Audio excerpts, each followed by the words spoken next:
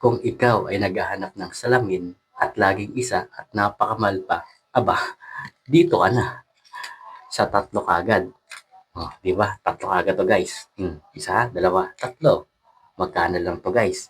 100 plus lang. Oh, di ba? Ang lupit ni Seller.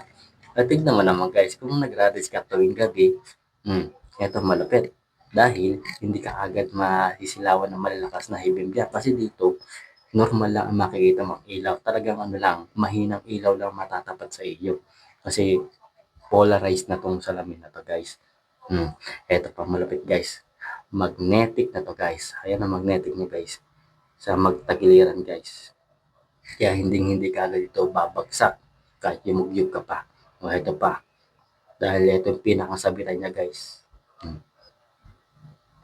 Di ba? Try natin na kung babagsak. Oh, yan, di ba guys? Ang lupit pa guys, ang forma. Oh, di ba guys? Oh. Kung naghaharap ka ng gatong salamin guys, tatlo agad at nasa 100 plus lang guys. Alam mo na, check out mo na yan. Andyan no, nasa yellow basket, nasa gilid lang.